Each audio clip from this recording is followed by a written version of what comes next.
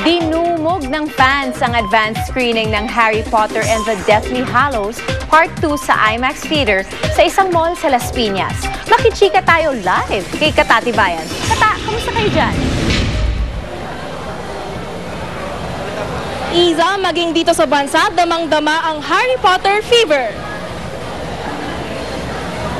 Excited na nga ang fans na mapanood ang final installment ng Harry Potter film series sa isang celebrity advanced screening dito sa IMAX Theater South Mall. Kung sa New York, hindi magkamayaw ang fans na mag-premiere ang Harry Potter and Deathly Hallows Part 2 noong Lunes. Hindi rin naman nagpahuli ang mga French fan ng epic movie na ito. Dito sa bansa, excited na rin ang Filipino fans na mapanood in 3D ang advanced screening ng last installment ng Harry Potter.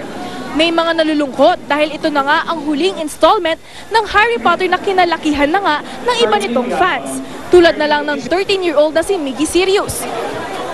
I feel sad because this is the last Harry Potter movie, but at the same time I feel excited because I've heard this is the best.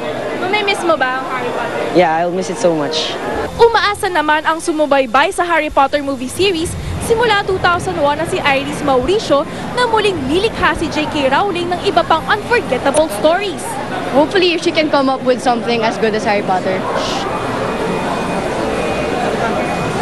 Ilang minuto na lang at magsisimula na ang huling Harry Potter movie. Kanina nakita natin si Senator Pia Cayetano kasama ang kanyang mga anak na tilang may scar din sa kanilang noo katulad ng kay Harry Potter.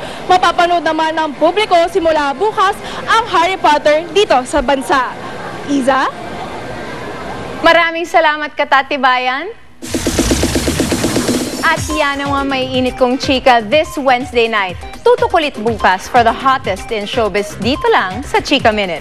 Sa ngalan po ni Pia Guanyo, ako si Iza Calzado. Mel, Mike? Salamat, Isa. At yan po mga balitang aming pinutukan sa nakalipas sa 24 oras. Maraming salamat sa inyong pagtitiwala. Mula sa tahanan ng katotohanan, ako po si Mel Tiangco. Ako po si Mike Enriquez. Ito ang GMA, walang kinikilingan, walang pinoprotektahan. Walang kasinungalingan, serbisyong totoo lamang at dahil hindi natutulog ang balita. Nakatutok kami 24 oras.